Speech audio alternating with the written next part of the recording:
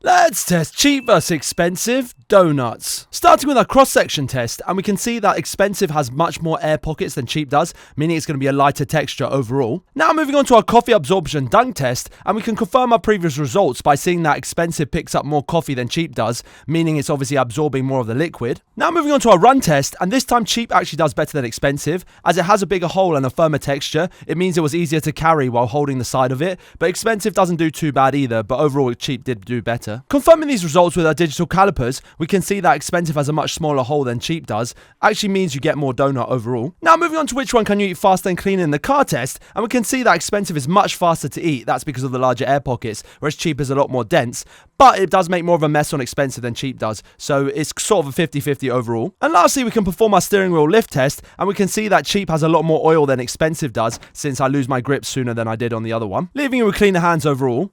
So expensive wins! Very cool.